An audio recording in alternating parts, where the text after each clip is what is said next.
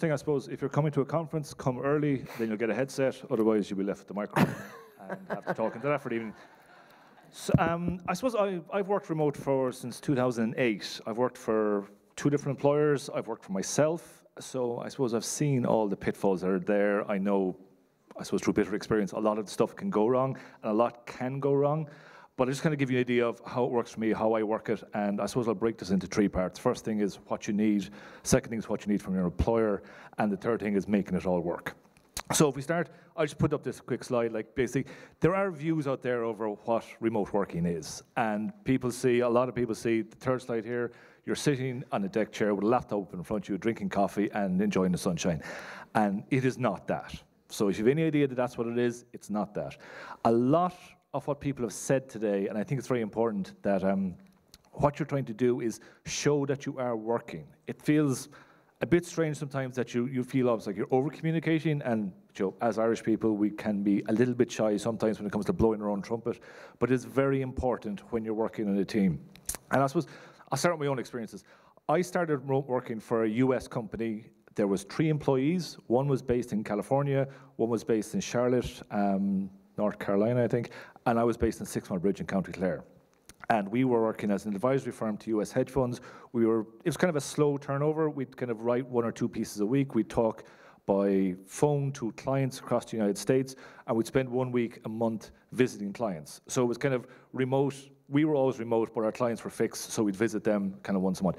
And it was a very good introduction to remote working because there wasn't huge pressure on time. There was just like, okay, we're working with markets. Whatever happened in the markets, we'll work with that. So I was writing slowly. It was relaxed. It was nice.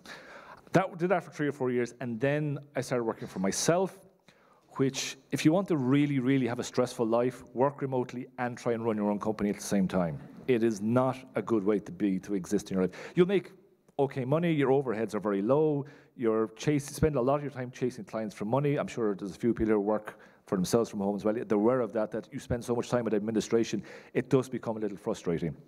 And for the last 4.5 years, I work for a company called Bloomberg. They're a multinational news organization. They mostly cover markets and stuff like that. They're one of these companies that have a very US office structure. They do not do remote working. Like they came to me and asked me to work for them, and I said, yes, I'll work for you so long as I can work remote. And their setup, their company wasn't set up for that. They still employed me, which was good, and I still work from home, Six Mile Bridge. But there is a desk in an office in London with my name on it, with a computer on it, with a phone there, that I've never sat at. But because their system is like that, they have to set up this system because they can't have me on the books without that there. So they're not used to me as a remote worker, and for me as a remote worker with a company like that, the challenges are quite, I suppose the challenges that are there are you have to show that you're working because they're used to talking over coffee, they meet at the water cooler, and you don't have those conversations with people. And it is very important that you do have those conversations for 2 reasons. First, that you know what's going on, and also that they know that you're there. Like, one thing you'll find when you're remote working with a large corporate company or with any company is the FOMO, the fear of missing out. You miss out on the conversations that happen. You just say, what we call the scandal in the company, like who's going out with who, or who's broken up, or all that stuff that's part of the community of a corporation. You miss out on a lot of that unless you're inserting yourself in conversations. So you have to be very social. But anyway, we'll start at the beginning. If you're going to work remote, there are some things that are really important. Thing number 1 is you have to have a place that is work, whether it is an office in a corner of a room. If it's a room, if you're big enough house, you have a room by itself. You might work in a remote working hub, but you have to have somewhere that's work. And you have to have, when you go to work, you have to put on a shirt, put on a pair of shoes. Don't be like the first gear. Don't sit in your underpants at the computer. You have to feel like you're working. You have to get in a professional mindset that I'm doing my job now. Don't allow yourself to be distracted during the day by doing things like, okay, I'm going to pick up the kids, or I'm going to do stuff like that. Because if you're at work in an office, you're not going to take 20 minutes out to go pick up the kids from school. So allow yourself to say, right, I'm working, so therefore there should be no distractions. Because it is very important that when you're working, you're giving it 100%. Because if you're not giving it 100%, people will see that. It'll come through in what you're doing. People will try to contact you through whatever. All companies these days have things like Slack and chat rooms and stuff like that, where everyone's talking all the time. And if you miss out stuff on that, people say, oh, Lorcan's gone. Where's he gone? We don't know. Whereas if you're in an office, you go, oh, I'm running out to pick up the kids, and everyone knows where you've gone. So it's very important that you're available, you're online, in as much as people expect you to be. People always, so one thing that comes up a lot here is internet. How fast is your internet? Is your internet access good enough? At home at the moment, I've got, I think I've got 6 meg down and 2 meg up, which isn't fast, but it is fast enough. And good enough, often when you're working, good enough is good enough. Like, I know some people are very keen on video conferencing calls, and my internet isn't great for that. I was like, Joe, I can't literally, like, yeah, I like I'm doing right now. I break up all the time when I'm on a video internet call. So it's important to know the limits of what you have and make work if you can. I've also got a backup internet. I have a mobile phone internet system as well, because one will go down, and if one goes down, you're dead. Like literally, like you don't exist anymore. You've fallen off the face of the planet as far as your boss is concerned, and that is something that you will find yourself getting slightly paranoid about.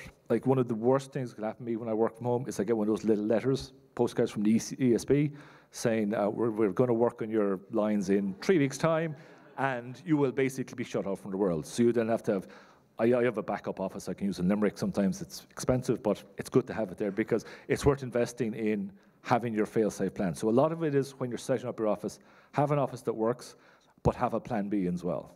And the company I work with, they have one office in Dublin, and that's 2.5 hours away from me. It's 50 quid in the train, or it's 50 quid in diesel away, so I'd rather not go there. When I started with Bloomberg, I think because I was the first remote worker the company has, they employ 17,500 people, but they don't like remote working. I think they're coming around to it, but they don't like. I used to spend a lot of time in the office, like once a month I'd go to the office just to give people FaceTime and stuff like that. It's much less important now, I think. I think I've got a slide there in Bloomberg. Let's see how this works. Yes. Yeah, so this is, everyone in Bloomberg has this page that says when you were last in office, and because it's a US company, I was last in an office in London on the 12th of September last year. Was the last time I've been in an office, which is, let's go back, yeah, which, it's taken me a long time to get, it's taken me 4.5 years with the company to get there. So once you're set, anyways, looks like, once you're set up with all your technology, once you're set up with everything that works for you, you then have to set your boss up, which is the person that you're dealing with. You have to figure out how the relationship with your direct competitor, with your boss is going to work, and you have to understand completely what's expected of you. So one thing I've put down, you see, I've got communication written down there 4 times. I could have written communication down there 10 times, because communication is the critical thing. It's what lets people know that you're alive. Like, do I know what I'm supposed to be doing today? Do you know that I know what I'm supposed to be doing today? And can you trust me to do it?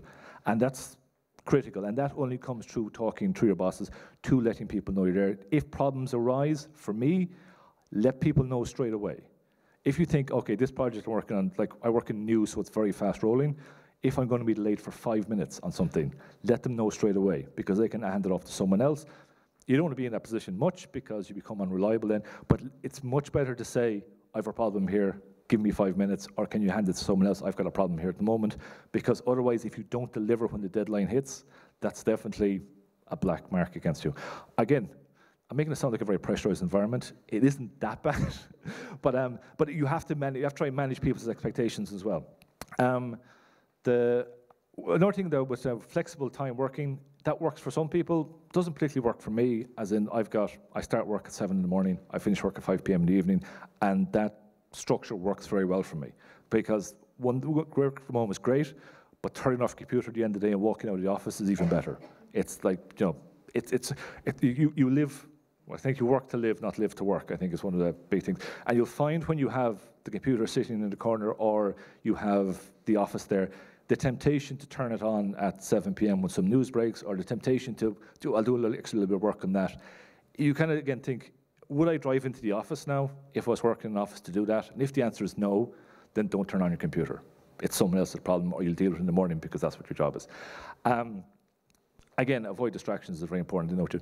So once you have yourself set up, set your boss up, then you know what's expected of them. And then the next thing is, I suppose, how to make it all work on a kind of a rolling basis, because the ideal, obviously for most people here, is to either be working remotely or have people remotely working for them, because the costs are much lower if you've got someone working remotely. I think one of the most important things, and I think this was hit on a small bit earlier, was you have to look after yourself when you're remote working. Remote working can be very lonely because you miss an awful lot of the social aspects that are happening in a company. Like, we're social people, and when you're working in a team of 5 or 10 people and you're sitting around a desk, you meet at the water cooler, you meet at the coffee machine, and you can catch up on what you did the weekend and stuff like that. You miss all that. And I know you can do it by text and by talking to people, but it is that the actual meeting other human beings. Like, I can go 2 weeks without meeting someone I'm not related to because I work in 600 Bridge. Anyway, I get on okay with most of my family, but it is important that you allow yourself, you're in a mental state you can say, okay, I'm going to do this. So for a lot of people that are, say, 19, 20, 21 years old, and thinking, I'm finishing college, I think I'd like to work remotely, I mightn't necessarily recommend it straight away. Like, get out and be with people for a while, because it is very healthy to be around people. Like, I suppose when you get older, like I'm a little bit older now, you're more used to your own company and you know what you like and stuff like that, and that's good. But it is healthy to be around people. So remote working there are costs to it that aren't immediately clear to people. I think that one of the things I find is that if you're at home and your wife is there all the time, or you're like with me, with my kids, and my father lives next door, is that you kind of have to manage those relationships as well as manage your professional relationships. Because if you're talking to people all the time, meeting people all the time, you get a bit, I don't want to say sick of them, but okay, I don't want to say it, but yeah. There's nobody here. It's all right. They're not here today. It's okay. This isn't being broadcast, isn't it? But it is very important to understand how your relationships with other people work, and that's a kind of a pretty fundamental thing. Also, critical. Look after your mental health, and this is really, I can't emphasize this one enough. You can find yourself putting yourself on because you work remotely. Even if you're working in a large company, in many ways that is not normal. You are your own boss. You manage your own time.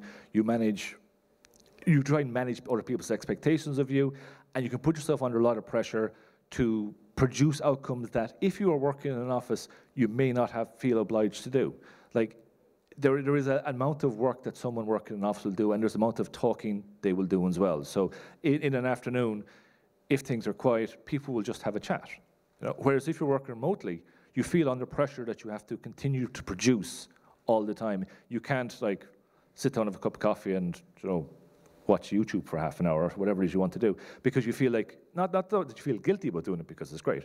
You feel that you can't be seen to be doing this, or you can't be seen to be, you can't have people thinking you're doing it. And you can kind of put yourself under pressure that you wouldn't always do. So look after yourself, give yourself space, give yourself time, get up and have a walk for 5 minutes. Give yourself a break from the screens, because again, let people know you're doing this, first of all. If you're going to go for a walk for 10 minutes, I'm out for 10 minutes. Just put it in your Slack or your chat or wherever you're in to let people know what you're doing, because it's important that you know where you are and stuff like that. But it is important that you don't take 10-minute lunch break. Take a half-hour lunch break or take an hour-long lunch break.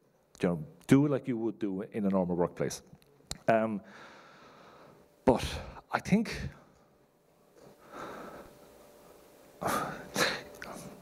I don't want to sound like I'm getting down on working from home. Working from home is great. It is really good. I've done it for a long time. But the challenges that are there are challenges that you'll face alone a lot of the time. And I know companies are great to say, we'll help you with this and whatever you need. But the first thing you have to do is admit that you have a problem if there is a problem. And that's hard to do, because you're saying, I'm working remote, I'm working from home, I can do this myself, it's great independence, I feel like I'm doing this for myself, and I can handle all of this, I can handle all the problems. So if you go around, if you go to your boss and say, look, I'm having a big issue with whatever the issue is, you feel like you failed a little bit as a remote worker. The biggest failure is to not go to your boss and say, I have a problem with this, because all you're doing then is backing yourself further into a corner. So again, I don't want to sound like I'm overemphasizing this, like it's a bad thing, but just be aware of yourself all the time. Know what you need, what you want, and what you need other people to do for you. Because if you're in a office and you need time off or you need something from your boss, you'll just ask them because they're there beside you. Look, I need half an hour here, or I need the afternoon off, I'm having a bad day, or whatever. You'll just ask them. Lorcan, sorry, Yes. can I ask you a question? Yes. Because it's coming through from a few people. This is really good, and the previous speaker talked about remote working is hard. And you know, we can glorify it a little bit, and this is great to get this out, and it'll come out this afternoon. Do you think that what you're talking about there has anything, is it influenced by the fact that Bloomberg isn't actively promoting remote working? Would it be better, I'm just wondering, and maybe John can fill in as well, is in the company where it's either the standard operating procedure or significant, would it be easier, or is this something more deeper than that? No, I think it's something more deeper than that, because the first company I worked with as a remote worker was a company that was fully remote. So it was, it was a better introduction to remote working. I wouldn't recommend working for a company that isn't used to remote working as a first remote job, because there you go. You'll be very much on your own. But I think the problems arise either way, because you have to still open up to, if your boss is in San Francisco and for the first half of your day he's asleep, you know, and he'll turn on his clock at 1 o'clock in the afternoon my time, and it's wonder what I've done all morning. And so, like, I think it is important that, I suppose, for companies that are more used to it, they're more aware of the issues, and companies that aren't used to it aren't aware of the issues, but you yourself have to be aware of the issues first of all. You know, it doesn't matter what facilities your company's put in place if you're not willing to say, I've got a problem here, or this isn't working for me. And it is important that remote working will not work for everybody, and you have to be able to admit, yes, I thought this would be great, but I'm bored, or I'm lonely, or I just want to meet some other human beings, please. You know, that's all things that are important. And like with Bloomberg, it's great. I have opportunities to go to the office whenever I want. And if you see, I haven't been in office since September of last year because I don't particularly want to. Not that I don't like the people. They're all lovely in as much as co-workers are. They're better than your relations. Yeah, exactly. but it's just like you know, I'm just like, I suppose I'm more flagging it as like a concern. Like, if you go out to this conference today thinking remote working is nirvana, it isn't. It's harder than working in an office in many ways. It's also easier to work in an office in many ways because it's a cheaper lifestyle, you know, and it is greener as well, as you said earlier. Like it is a cheaper way to live, and as long as you like where you live, you know, don't work from a multi-story apartment in city centre or something like that, because you're not getting the benefits from it. But I should have brought some water up as well. You're not used to people helping you. I'm not used to people helping me, no. Very good. Are you all right there now? Yeah, be prepared.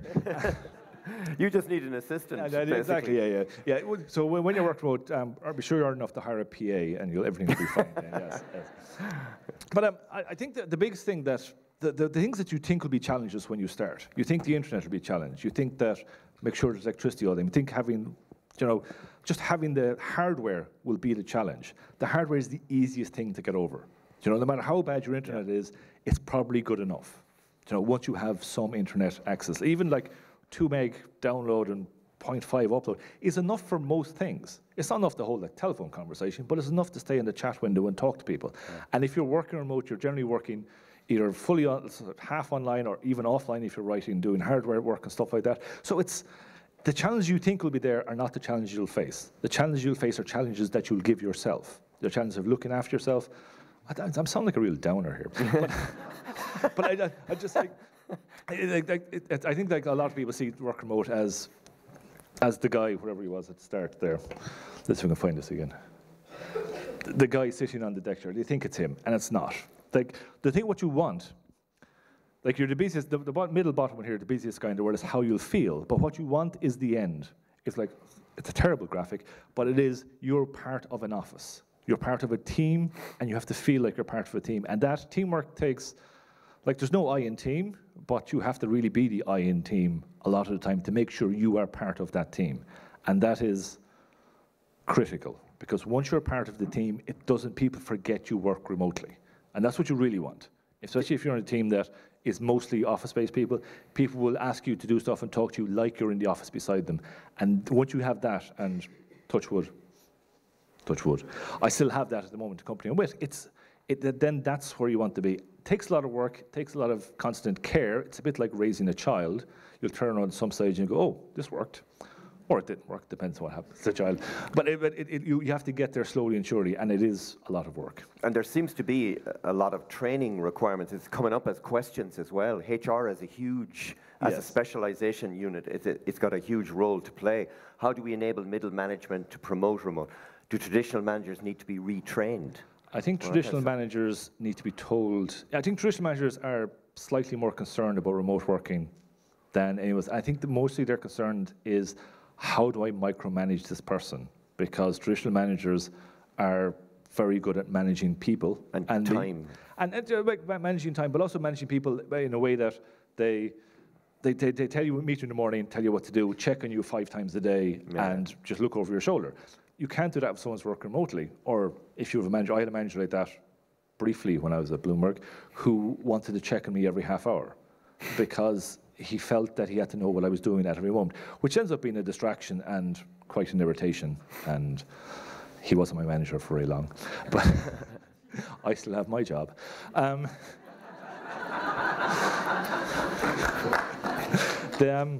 So you get people that are traditional, and in large corporations you get people that are not used to new ideas. And remote working, I've done it for a decade. It's not a new idea to me, but it is a new idea to a lot of people. And to convince people to do it, they will throw roadblocks up in front of you. Like, oh, we need to be able to talk to you all the time.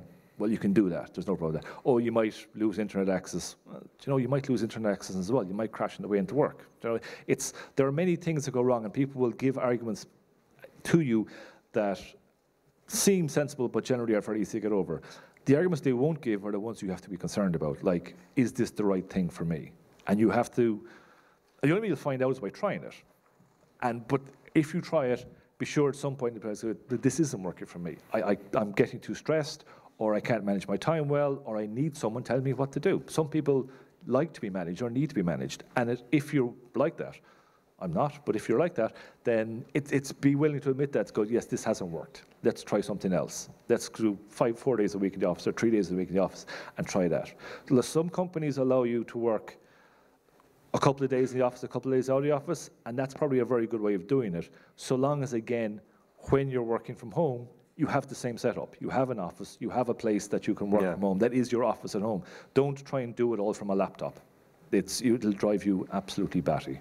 And other than that, I think everyone should try it once. I won't say it's like anything else, but